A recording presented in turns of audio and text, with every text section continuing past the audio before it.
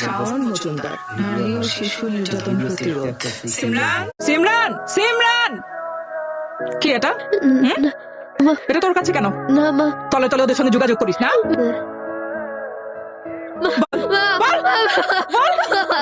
কি বলিস? কি বলিস আমার নামে? হ্যাঁ, এই কয় বছরে তুমি আমার একবারও খোঁজ নাওনি। সেটাই কি স্বাভাবিক না? তুমি খোঁজ নিয়েছিলে? আমার কাছে তোমার প্রত্যেকটা মুহূর্তের খোঁজ ছিল। স্পাই লাগিয়ে রেখেছিলে নাকি? ভালোবাসার মানুষের খবর পেতে স্পাই লাগে না, খবর চলে আসে।